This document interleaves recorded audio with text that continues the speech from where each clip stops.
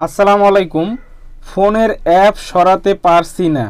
হ্যাঁ বন্ধুরা, দেখেন এখানে এই অ্যাপটি আমি অন্য জায়গায় সরাতে নিয়ে যাব, কিন্তু পারতেছি না। এই সমস্যাটা অনেকজনেই পড়েন এবং আমিও পড়েছি। কিভাবে সমাধান করবেন সেটা আমি আজকে বলবো। এই যে দেখেন বন্ধুরা, গুগল ক্রোম রয়েছে, আমি চাচ্ছি যে এখান থেকে সরাবো। দেখেন বন্ধুরা, আমি কিন্তু সরতেছে না, মানে এটা লক লেগে গেছে। তা আজকে আমি দেখাবো আপনাদের ফোনে যদি কোনো অ্যাপ এরকম হোম স্ক্রিনের অ্যাপ না সরে কিভাবে আপনারা সমাধান করবেন এবং কিভাবে এই যে লক রয়েছে কিভাবে এটা লক আনলক করবেন।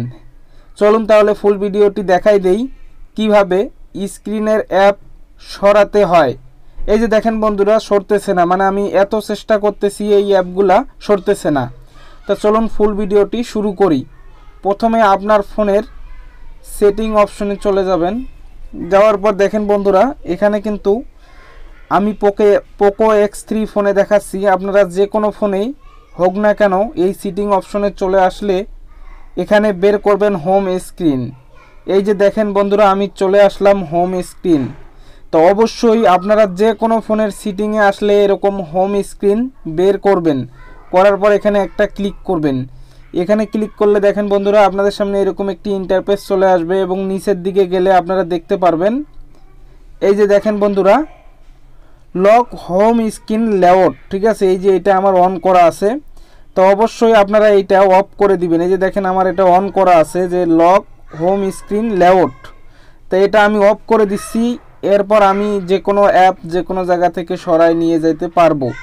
দেখেন আমি কিন্তু যে কোনো অ্যাপেই সরাই নিয়ে আসতে পারতেছি, কিন্তু এটা যদি অন থাকে হোম স্ক্রিন, এই যে দেখেন এটা যদি অন থাকে তাহলে কিন্তু আমি কোনো অ্যাপেই সরাতে পারবো না। তো অবশ্যই আপনারা যে কোনো ফোন ইউজ করলে এই সেটিংসটা দেখে নেবেন এবং এই সেটিংসটা যদি আপনারা ঠিক করেন তাহলে কিন্তু সরাতে পারবেন। তা আমি এটা অফ করে দিলাম। এখন আমি যে কোনো ইচ্ছা যে কোনো জায়গায় নিয়ে যাব অ্যাপ।